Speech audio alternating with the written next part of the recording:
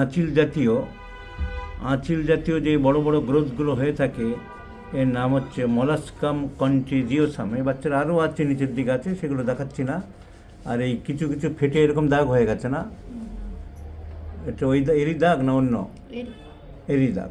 ফেটে গিয়েছিল, ফেটে গিয়ে কী বেরিয়েছিল ভিতর থেকে? সাদা পুজের মতন সামান্য পরিমাণ রক্ত বের তো মলাস্কাম কন্টিজিওসাম এখানে ওখানে হয়েছে। এরা আদতে পশ্চিমবঙ্গের লোক, কিন্তু এখন পাঞ্জাবে থাকে ভদ্রলোক।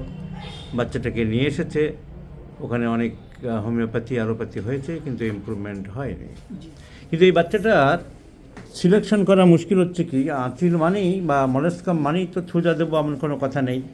অন্য ওষুধের সিমটম থাকলে আমাদের তাই দিতে হবে।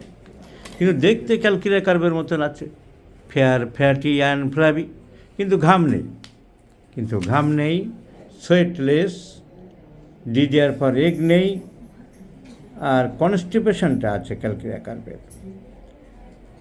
কার্ভের কনস্টিপেশন আছে, 5 to 3 days interval, R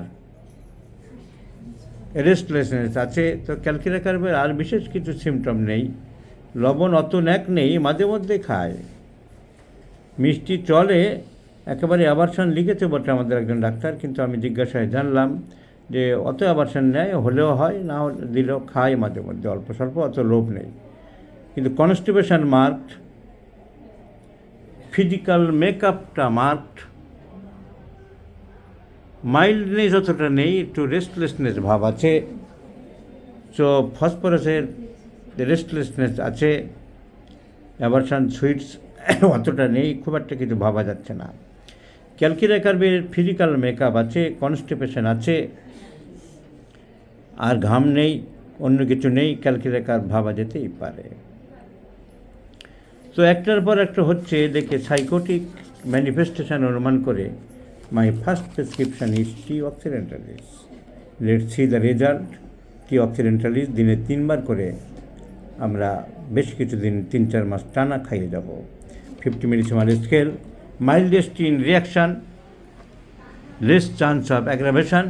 so আমরা 50 মিলিসিমাল স্কেল অফ পোটেন্সিতে টি অক্সিডেন্টালিস দিলাম। ক্যালকিরা কার্ভের কিছু সিমটম কভার করলো। ক্যালকিরা কার্ভটাকে আমরা হাতে রাখলাম, চিন্তা করলাম টি অক্সিডেন্টালিস কতটা কি ইমপ্রুভ করতে পারে। ভিডিওটা আমি দেখিয়ে রাখলাম, পরে আমরা দেখব টি অক্সিডেন্টালিস কী ইমপ্রুভ করেছে। Do understand? তো মুড অফ আছে বাচ্চাটার, জিভ দেখাও, কথা বললে শোনে, এই তো জিভ দেখালো। So calcarea carb is the choice of medicine. হলেও মায়োজমেটিক অ্যানালিসিস করে, যেহেতু ক্যালকিরা কার্ভের সব সিমটম পাচ্ছি না, কিন্তু একটার পর একটা হয়ে যাচ্ছে, so considering the miasmatic dyscrasia, the prescription is based on miasmatic angle.